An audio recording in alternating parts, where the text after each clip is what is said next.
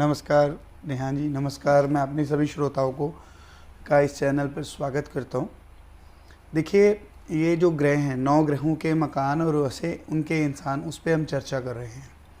तो हमारा जो लास्ट एपिसोड था वह था बृहस्पति का इंसान कैसा होता है और बृहस्पति का मकान कैसा होता है।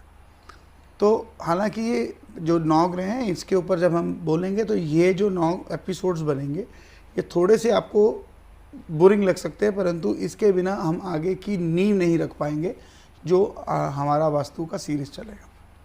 तो बात करते हैं आज अगर सूर्य का इंसान कैसा हो। पहले तो क्योंकि लाल किताब के अंदर जो परिभाषाएं दी गई हैं वह आज तक किसी वास्तु की, क्योंकि पहली बात तो यह है कि लाल किताब में कहीं पे भी वास्तु शब्द का उपयोग नहीं हुआ। मैं आपको फिर बताना चाहूँगा, लाल किताब में कहीं पे भी वास्तु शब्द का इस्तेमाल नहीं हुआ। वास्तु मैं इसलिए बोलता हूँ ताकि मेरी जो भाषा है वह सरल शैली में लोगों को समझ आए।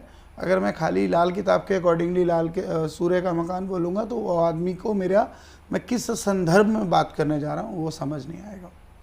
तो क्या लिखा गया है लाल किताब में सूर्य के इंसान के लिए? ऐसा इंसान, क्योंकि सूर्य का जो तेज है वह बड़ा तेजस्वी होता है, तो सूर्य के इंसान का भी वैसा ही कुछ महिमा मंडन किया गया है कि ऐसे इंसान को रौबदार चेहरा, जिसका चेहरे में एक अजीब सी करिश्माई रौब झलकता हो, ऐसे इंसान का मस्तक, उस पर अजीब सी रोशनी हो, ऐसे इंसान का जो रंग है वो गुंदमी हो।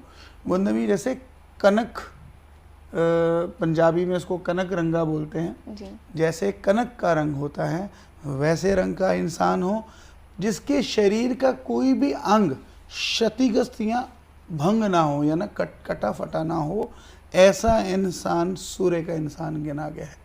ऐसे इंसान की जो आंखें हैं वह शेर की तरह हों, शेर की तरह की आंखें, परंतु डरावनी ना हो। ऐसा इंसान जो देखने में भोला भाला हो, परंतु सूर्य की तपिश, सूर्य की आग उसके अंदर भरी हो, यानी कि गुस्सा भी सूर्य जैसा होगा लेकिन देखने में बिल्कुल भोला भाला होगा। सूर्य भगवान सभी तरह के ज्ञान के अधिष्ठाता है, तो इसके अंदर ये ज्ञानवान इंसान होगा। ऐसा इंसान जो पुराने रीति रिवाजों को मानने वाला होगा, जो अपने पश्तैनी, अपने पारिवारिक रीति रिवाज है, चाहे वो दुनिया के किसी भी हिस्से के हों। उसकी ऊंची कदकाठी होगी, दुर्लभ नहीं होगा लेकिन लंबा होगा जी। मोटा नहीं होगा लेकिन एक सुडौल शरीर का इंसान होगा।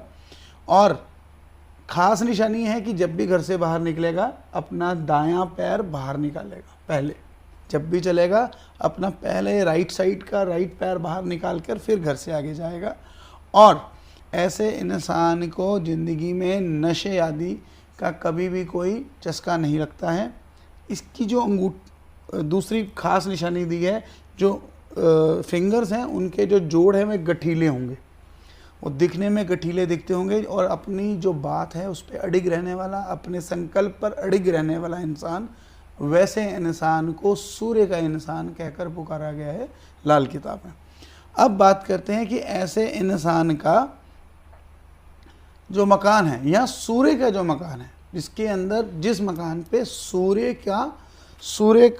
की खास आशीर्वाद प्राप्त हो, ऐसे मकान को, या जिस पे ये झलकता हो कि इस मकान में सूर्य ग्रह की ज़्यादा आधिपत्य है, वह क्योंकि सूर्य सबसे पहले उदय कहाँ से होता है?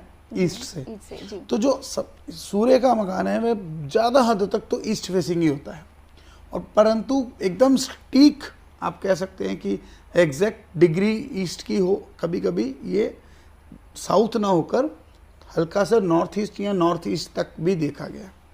और तो और ऐसे इंसान की जो सेहन है, यानी जो आंगन है, वो उसके बारे में जो डिस्क्रिप्शन है वह है कि घर के सेंटर में होगा। खास बात यही होगी कि मध्य के अंदर होगा, क्योंकि लास्ट टाइम जब हमने डिस्कस किया था तो क्या बोला था कि साइड सेंटर में नहीं होगा, या लेफ्ट होगा या राइट होगा जी। तो उसी तरह इसका जो सेंटर है, उसके सेहन जो है इसके घर के मध्य भाग में होगा।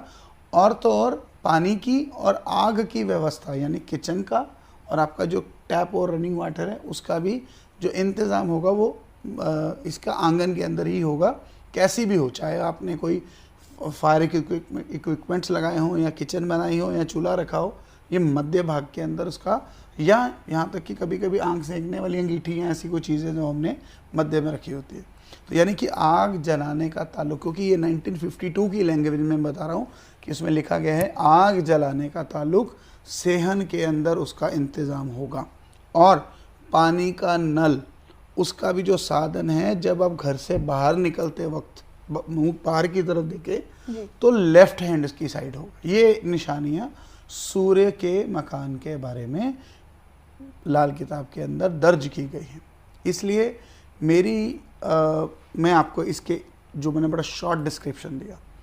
दोस्तों, जब भी लाल किताब के अकॉर्डिंगली हम मकान, क्योंकि इसके अंदर कोई वास्तु के रूल्स नहीं दिए हुए, मैं फिर बता रहा हूँ कि लाल किताब में कहीं पे भी वास्तु शब्द का प्रयोग नहीं है, परंतु हमारी जो जीवन शैली थी, उस जीवन शैली के अंदर जो हमारे पुरानी बुजुर्गियत है, हमारी पुश्तैनी आदतें हैं, वो लाल किताब के साथ बेहद मिलती हैं। और लोगों को आज भी कभी कभी तो जो उपाय किताब में लिखे गए हैं वह उपाय ना होकर, मैंने देखा है गांव के अंदर सदियों से वह रिवायतें चली आ रही हैं और वो जाने अनजाने उसको फॉलो करते हैं, उन रूल्स को फॉलो करते हैं। तो ये सारा जो हमारा पंजाबी विरसा है, वह जो स्टाइल है, उसको हम धीरे धीरे डिस्कस करेंगे। आने वाले दूसरे एपिसोड्स के अंदर भी हम दूसरे ग्रहों की चर्चा करेंगे। उसके बाद आपका मकान कैसा होगा, उसमें क्या करना चाहिए, क्या नहीं करना चाहिए, आपकी कुंडली उसके किस भाव से आपके घर के किस डायरेक्शन को क्या रिप्रेजेंट करेगा, वहाँ पर अच्छी चीज़ें या बुरी चीज़ें रखने से क्या नुकसान होगा, इन चीज़ों पे हम धीरे धीरे चर्चा करेंगे। ये एक लंबा सेशन हमारा चलने वाला है। इतनी लंबी सीरीज़ को 1 या 2 एपिसोड्स में समेटना हमारे लिए मुश्किल होगा। इसलिए मैं आशा करता हूँ जो मेरे दोस्त, बंधु, मित्र, हमारे श्रोता हैं, वो हमारे साथ जुड़े हुए हैं इस चैनल पे, वे हमें धीरे धीरे अलग अलग एपिसोड्स में मौका दें, ताकि हम अपनी सीरीज़ के अंदर छोटी छोटी बातें, ताकि वह भी जब इसे सुने तो उनको लंबे समय तक हमारे चैनल के आगे नहीं बैठना पड़े। घूमते फिरते, वह खाना खाते, गाड़ी चलाते, हंसी मजाक, हंसी टिटोली में हमारे इन एपिसोड्स को सुनते रहें और इसका आनंद लेते रहें। नमस्कार, धन्यवाद।